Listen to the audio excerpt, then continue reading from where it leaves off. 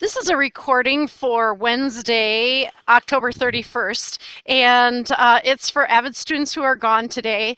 And I'm just going to tell you what I wrote on the board for today. We're writing homework 4B. Homework 4B will be due on Monday.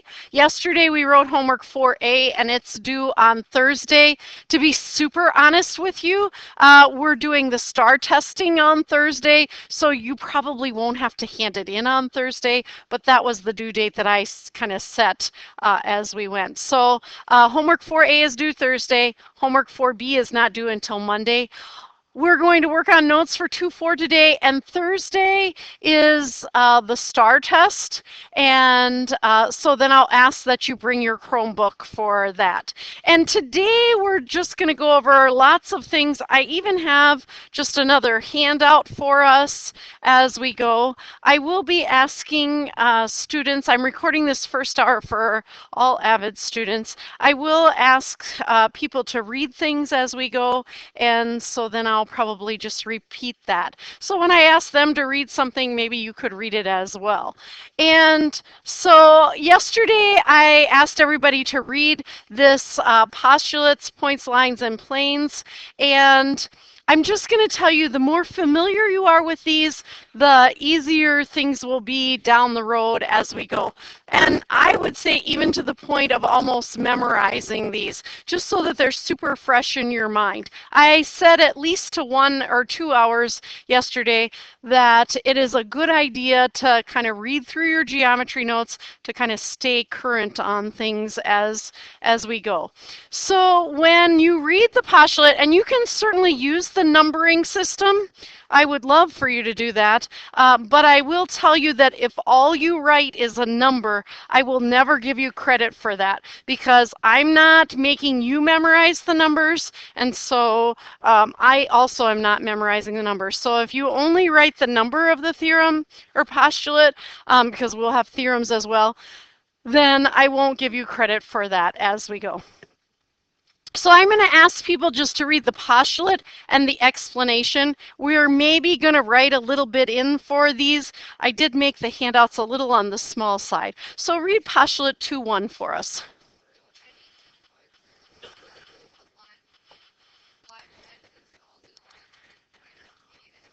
Okay, so this one is just, you know, a lot of these I'll just go word for word. Through any 2 points, there is exactly one line, and that's kind of what we want to write. The exactly one is important, and the only line is in this statement, so that's a cue that we're using this. And also sometimes they'll say 2 points determine a line, and so you might even write the word determine if you can fit it in there. 2 points determine a line. And then we're going to read that next one. Go ahead.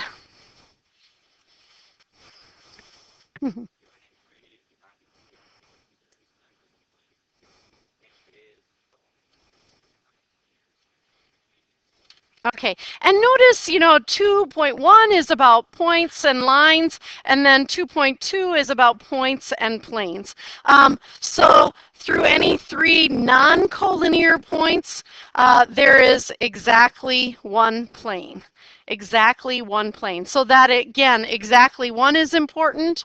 The only plane, and it may say it determines a plane. And by the way, they have to be non-collinear points, not collinear. So for instance, A, B, and C, and I'll get rid of that underlining. If I connected A, B, and C, they would make a triangle. That's kind of a little cue to you that they are non-collinear. If they were in the same straight line, I could put multiple planes through that. And then what you're going to see is the next two are also talk about points, lines, and planes. So read that next one for us and the explanation.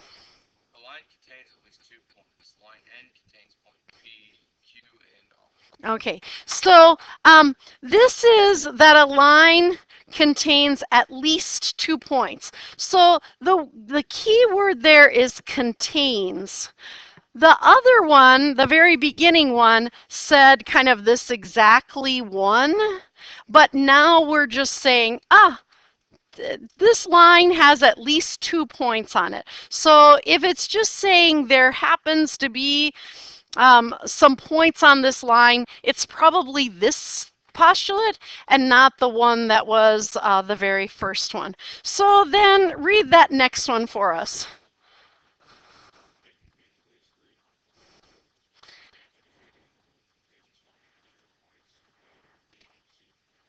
Okay, and notice it says plane contains at least 3 non-collinear points, but then in the example, and I'll just underline, oh, and I should have up here, just underlining the word contains or has, and notice they put 4 points there instead of just 3 as we look at that.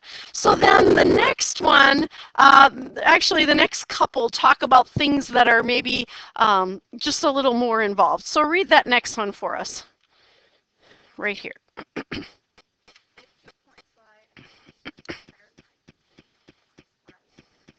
Okay, so this is actually talking about points, lines, and planes. So we've got 2 points on a plane.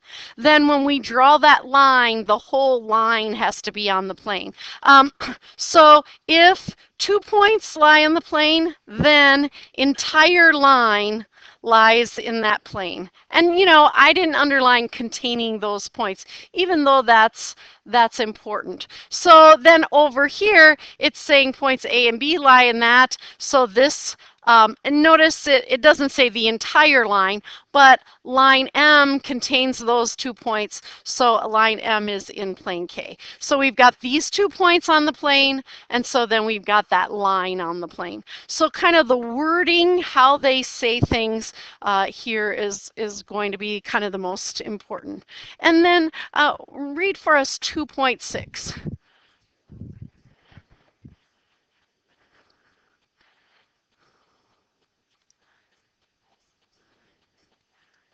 Okay, so this one, I would say this is one of the easy ones. If they're talking about intersecting lines, there's 1 point and boom, that's what it is. 2 lines intersect, exactly 1 point. And so, if they're saying this point is the intersection of these lines, then that's what's happening as we go. Then read this next one for us.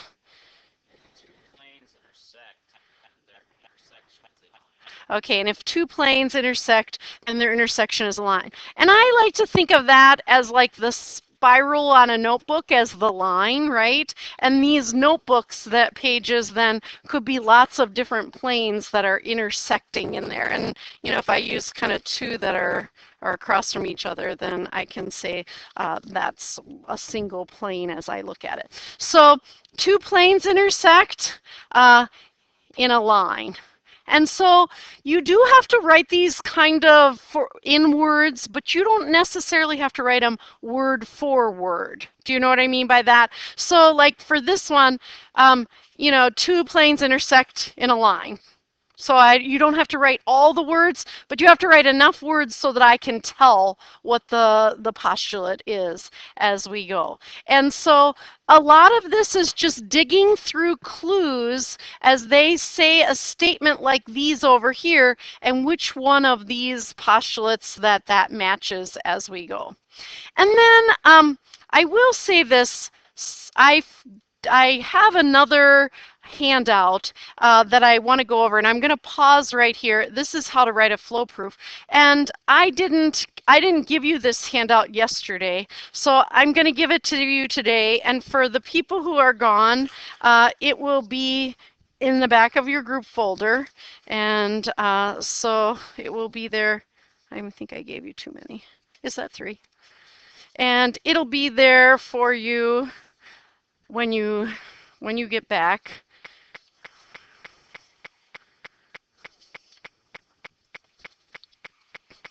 And so for those of you listening to this recording, it is a real-time recording. So as I'm doing things, then, oh, that's yours. you'll see that I'm kind of going through as we go. So on your handouts yesterday, I did give you one about a flow proof and a paragraph proof. I forgot to give you the one that just kind of goes over the proof process. So that's why I'm skipping ahead to that right now. And so this is just kind of generally what we're doing when we prove something. And I'm going to tell you that, one thing we do is we list the given information, and if possible, we draw a diagram. So that's step one, is just to list the given, and if possible, we draw a diagram. So that's the first thing we do in a proof. And I'm going to tell you, that that's the easy part, and so everybody usually can do that right away. So when in doubt, you write the given information. And and that's just kind of getting things set up, and then you state whatever is to be proving, the theorem or conjecture. And this is kind of almost before you write the proof.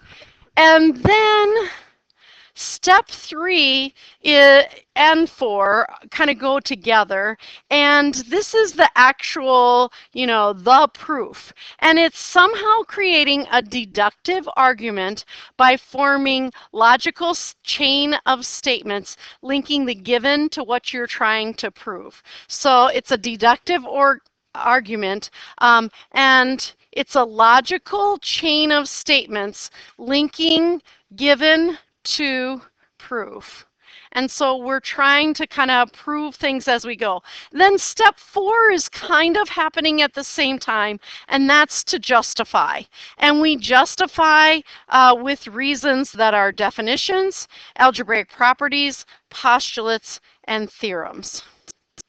And then step 5 is just at the end. We just say what we proved. And the first step of a proof is often the given, and the reason is the given, but the last step is often the prove, but it's never just the word prove as we go. So I just wanted to go over this proof process. So whether you're writing a flow proof, a paragraph proof, an algebraic proof, which we'll write today, or later on we'll write a 2-column proof, all of them follow this kind of proof process. Then I'm going to go back to that handout that you had from yesterday. We just read a bunch of things at the top.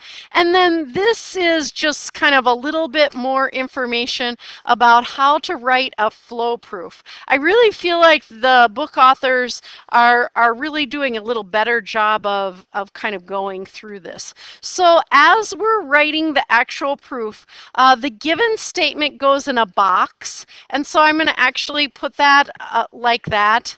And then the word given is written underneath of it.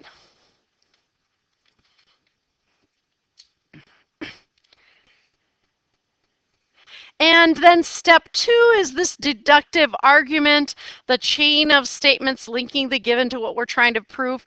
And we write the statements in linked boxes, so with little arrows from one box to the other, and we justify with a reason written below the little box. And then essentially we just kind of state what it is that we have proved. So that's kind of the idea of a flow proof, and really any of these can be interchanged kind of one for the other. The next thing we're going to do is go over some algebraic reasons, but before that, we're going to add to our key terms page. So let me find this key terms page, and I want you to have kind of as much as you can. I'd like to solve an algebra equation, and I want you to do it, let me find it in my notes here. I want you to do it 2 times, and I want you to use 1, 2, 3, 4, 5.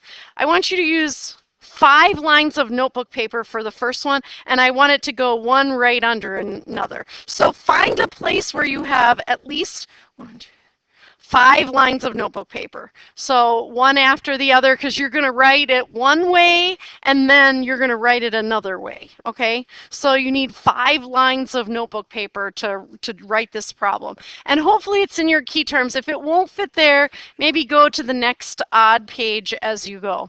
And what we're going to do is we're going to solve just an algebra equation, and probably the way you generally learn to do it or have done it. So the first thing we're going to write is 5x plus 4 equals 19. That's line 1. And then for those of you in the room, give me a head nod if you would subtract 4 from each side. And if you were going to write that out, would you just write minus 4 under the 4 and minus 4 under the 19, right? That's how I would do it. So on line 2, just write the minus 4 and the minus 4. And then a lot of times we maybe draw a line like that. And then on line 3, you're going to write the answer, right? And you're going to simplify that. So the 4's cancel out. I get 5x equals 19 minus 4 is 15. And then on the next line, do you agree you would divide by 5 on both sides? And you would show that. And so on the next line, I want you just to do that divided by 5, like you ordinarily would. And make that 5 take up that next line of notebook paper. And then 5 divided by 5 is 1, so you get 1x there, which we just write as x equals, and 15 divided by 5 is 3. So we all agree probably that that's exactly what we would do, right? Now, I want to write it a little different way because I'm going to tell you that this is what the book authors are going to do, and this is what I'll expect you to be able to do as well. Because of the way we're going to write this, we're not just going to write this minus 4 on each part right there. Instead, we're going to write next to this, and so we're going to do this exact same problem again. We're going to write 5x plus 4 equals 19 on line 1. Then on line 2, bless you. On line 2, we're going to subtract 4 from both sides, but we're going to show it differently. So, and I want to write this in our notes so that when you see it in the book, you'll recognize it. Instead of just writing the minus 4, we're going to write this whole thing, 5x plus 4 minus 4, and I'll kind of color code it a little bit, equals 19 minus 4. So give me a head nod. Do you agree that that is the exact same step? But we wouldn't ordinarily write it that way, correct? But you're going to see that in the book. And so that's the book author subtracting 4 from both sides. And I don't even think they would draw a line there. But then we're going to simplify or combine like terms, or, you know, we can also call that substituting in for what it's equal to. And so then the plus 4 and minus 4 disappear, and we get 5x equals 15. So notice line 3 is exactly the same, right? And then line 4 is going to have to be with fractions on it. So line 4, in here, line 4, we just did the divide by 5, divide by 5. But for us to show the dividing by 5, we're going to write 5x divided by 5, that goes on line 4, equals 15 divided by 5. So that's a little squished together. And then our last line, 5x divided by 5 is just x. 15 divided by 5 is 3. So we have the same number of lines, do you agree? But we're just writing it a little bit differently. So I wanted to go over this, and then we're going to come back to this, and we're going to name every one of those 1, 2, 3, 4, 5 steps as we go. So just so that we can kind of tell what's happening as we look at these. And that is solving an algebra problem, and that will help us as we go. Let me think about where I am now. Okay, so now we have to know the properties of real numbers. And We can abbreviate these. I feel like this handout I gave you is kind of small. I will write like the first one in here. You see if you can abbreviate it, because you can name the property, but we have to kind of write it a little bit differently as we go here. And so what I usually do here also is I'm going to underline add prop, and instead of equality, we write an equal sign. And when we name this on a proof, or as we're going, we call it add prop equal sign. And so on mine, on the smartboard, I have room to write that, but you maybe don't. And that's where we're adding the same thing to both sides. It says if A equals B, then A plus C equals B plus C. And then there's a subtraction property of equality, but you have to be careful because C subtraction and C substitution, they both start SUB. And I hate to tell you this, but I will always guess the wrong one if all you write is SUB. I won't know if it's subtraction or substitution, so I'll just say I don't know which one you meant, even if in my heart I maybe do. So this one, I usually either go SUBTR, or sometimes I just write subtract, and then prop, and then an equal sign.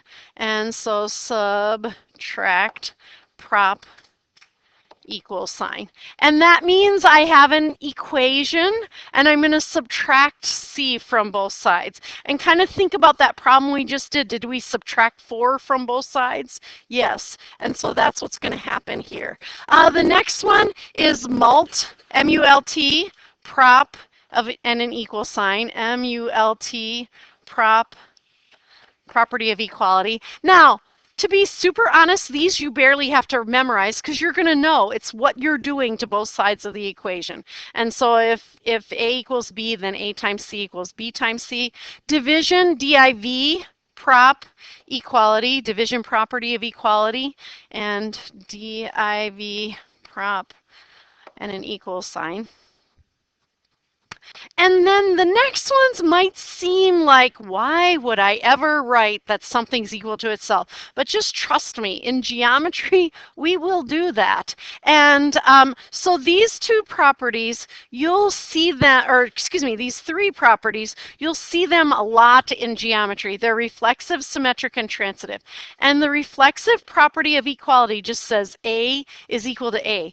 In a way, if you think about it, remember the short way we wrote that, where we wrote like -4 and -4? That's really kind of saying -4 is equal to -4, and that's kind of using the reflexive property. We don't count it that way because we use it as one of these properties up here, but it's reflexive property of equality. Reflex, and I underlined more than reflex, prop of equality. And we're going to have the reflexive property of equality. We'll have the reflexive property of congruence later on. And then symmetric property of equality, SYMME, trick prop of equality. Equality, prop, symmetric.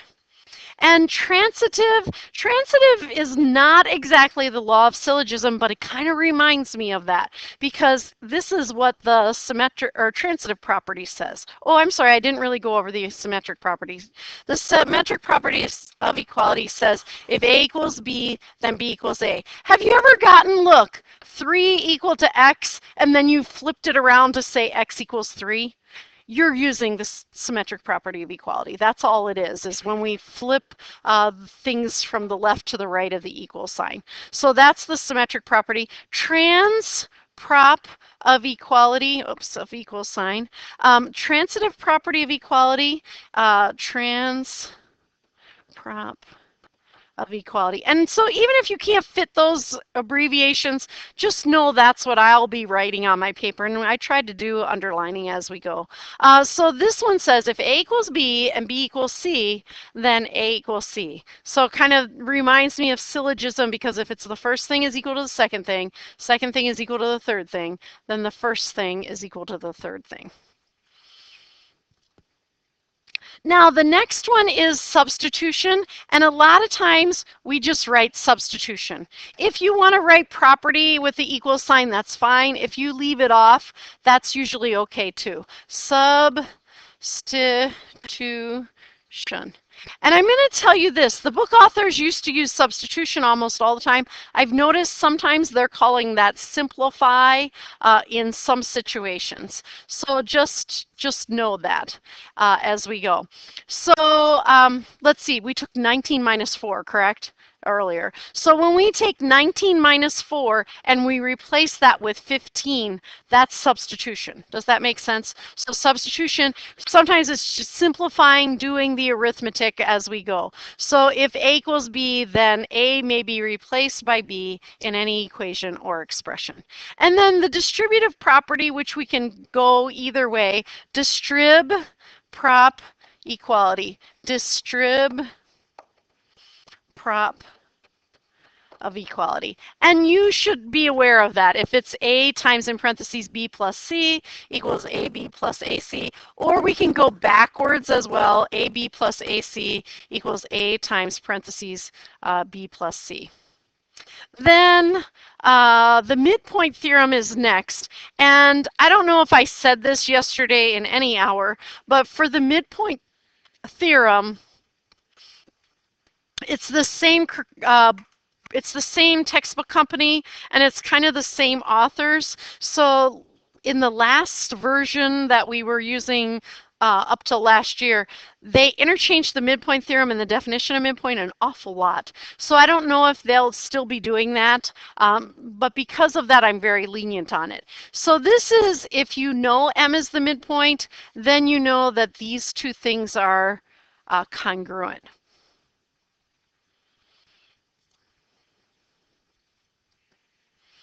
Now, another thing we have to be aware of is if two segments are congruent, that's saying they have the same size and shape, correct? That's what it means to be congruent, have the same size and shape. But when we work with things, we want to a lot of times work with numbers. And so if we have segments that are congruent, then we want to say that their lengths are equal, like AM is equal to MB, and then that's using the definition of congruence. So before we go over this paragraph proof, we're going to go back to our key terms and look at a couple of things. So go back to these key terms, and I'm hoping that, maybe you have a little bit of room right here to write some reasons for each of these as we go. And so I'm just going to tell you, if you're doing an algebra problem, the writing down of the algebra problem is the given. Does that make sense to you? It's just the given is just this. So this is the given. And then I wanted your handouts kind of loose because I want you to point to what property you think this next step is showing. And my hint to you is it's in black. We're looking for what's happening in black. So look at this little one that we just went over with all these properties of arithmetic kind of properties. And I'm looking for one of these things here. Yep. And yes. Okay, I wasn't sure exactly where it is. And think about, it's one of these along here. Yeah. And think about what we're doing. It's kind of up higher here. Yep. And it's this, yeah, I think you're pointing to it. Yep. And so give me a head nod. Did you pick subtraction property of equality? Because I didn't get to quite everything. So subtract prop of equality. And do you agree that really it is what is happening, right? So that's a kind of easy one to do. And now I'm going to give you a hint on this next one. It's like we're replacing, and for the people who can't see me point, I'll write in yellow and then I'll get rid of that.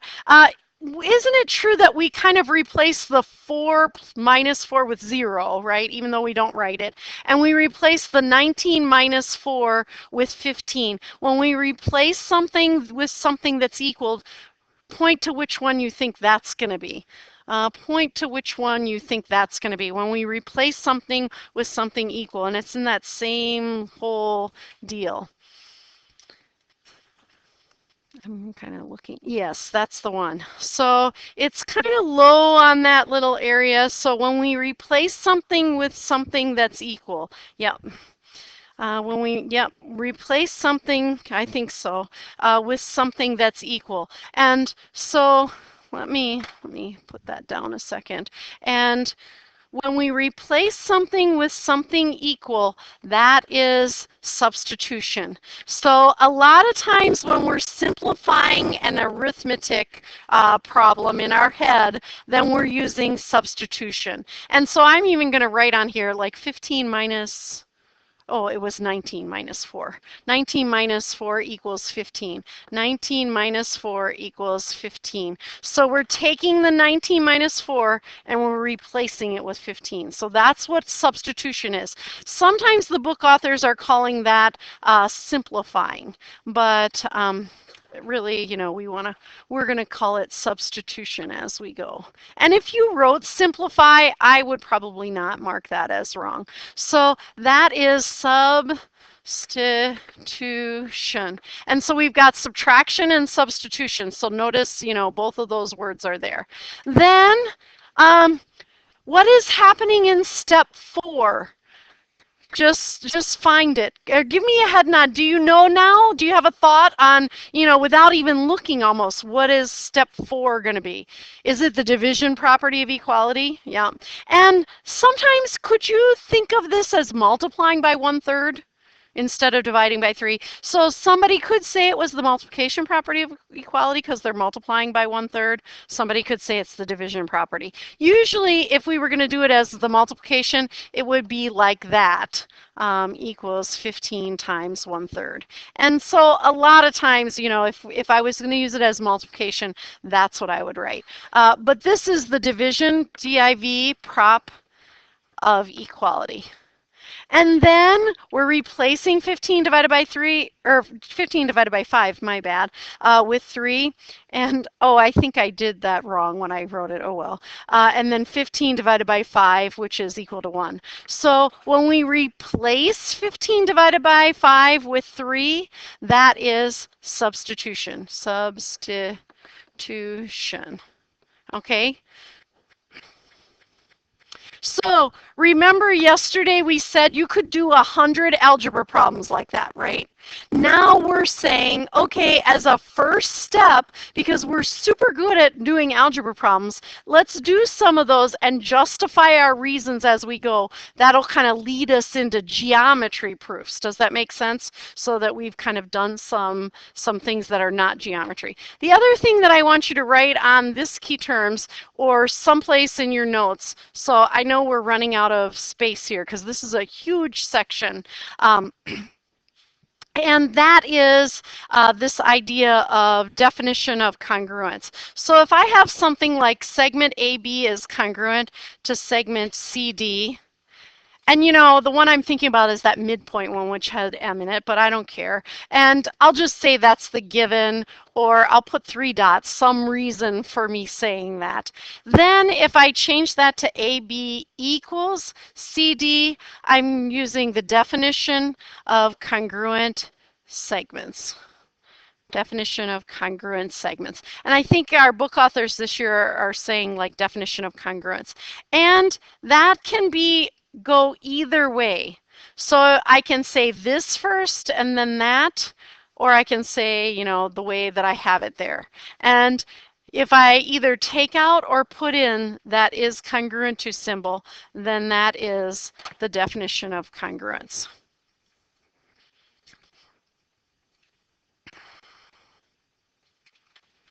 Then back to our handout where it had midpoint, I think. Nope, just kidding. is this one. And then this is kind of a little how to write a paragraph proof. And hopefully you're noticing that there's a lot of similarities about how we would write these different things. Ordinarily, I would call on you, but since I'm recording this, I'll just read these to us. So step 1 is to write the given and proof statements. And step 2 is to draw that diagram and label the given information. This is kind of the pre-proof information as we go. And then step 3 is writing this paragraph. And this paragraph that we write, you know, we try to make it have sentences. That's why, to me, this is my personal least desirable one. It's hard for me to write a lot of sentences, and I tend to use the same words all the time. But, oh well. So we write a proof, creating a deductive argument, forming a logical chain of statements, and we justify each statement with a reason. You know, it's these definitions and things like that. And we're writing it as a sentence, and then we kind of say what we proved at the very end. So you should be noticing that these 3 things that we've kind of looked at all are kind of essentially saying the same thing and in how we're going to do these problems as we go.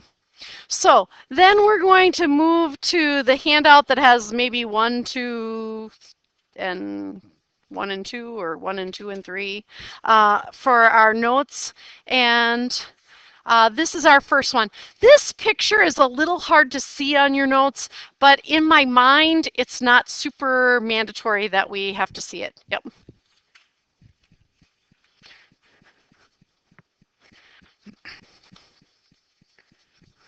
Is there anybody else who needs these handouts for the actual notes of this?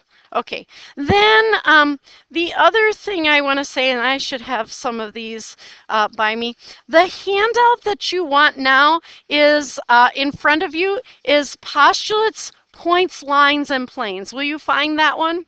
Postulates, points, lines, and planes. So it's that little one and the kind of notes problems 1 and 2. So your job is we're going to read through this and you're going to point to and figure out which one of those postulates on that postulate list it is. So it says, it really says to explain how the picture illustrates that the statement is true, but in my mind, it's a little hard to see the picture well, especially on your handouts.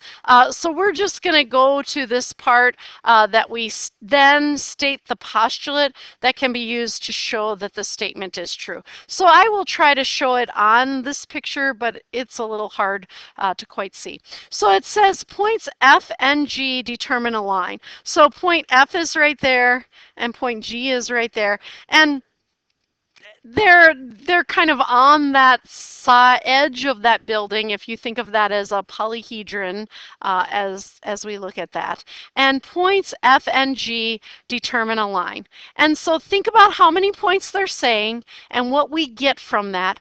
See if you can take this handout that has the postulates for points, lines, and planes. See if you can tell me which point to which one of these postulates you think is allowing us to say that points F and G determine a line.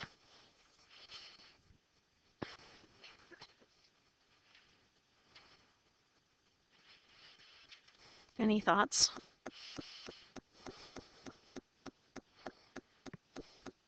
Yep.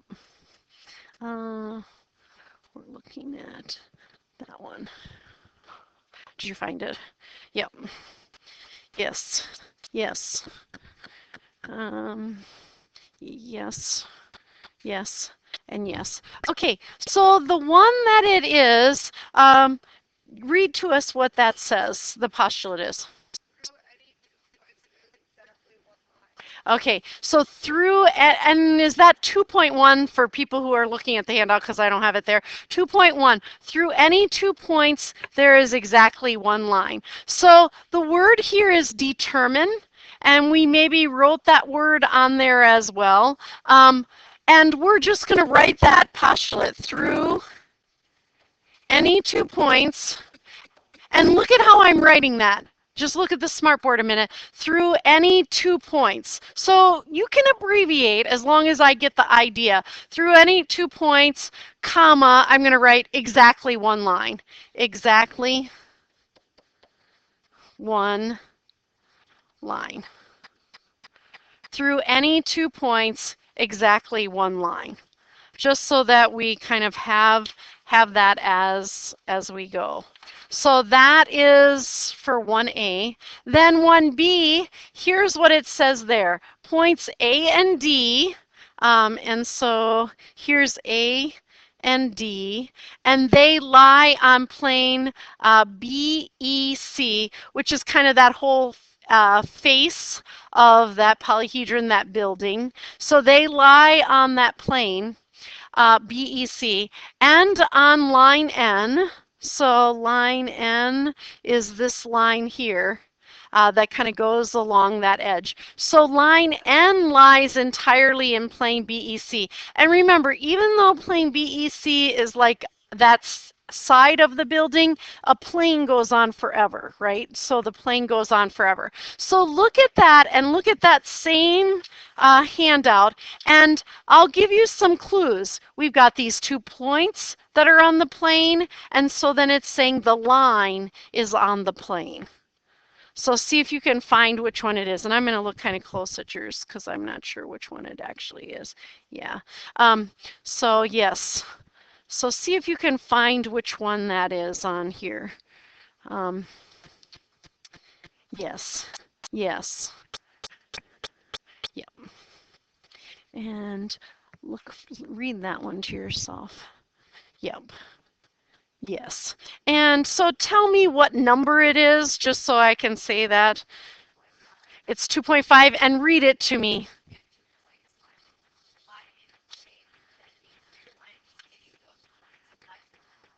Okay, so 2.5 says if 2 points lie in the plane, then the entire line containing those points lies in the plane. So, you know, let's take this and underline some key parts. So points A and D lie in the plane, and we don't care what the name is. And then line N lies entirely in the plane. So that's kind of our clues that say that it's this one.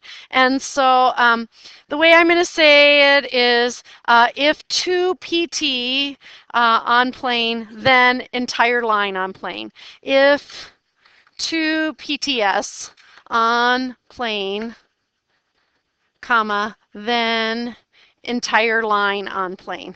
Entire line in plane.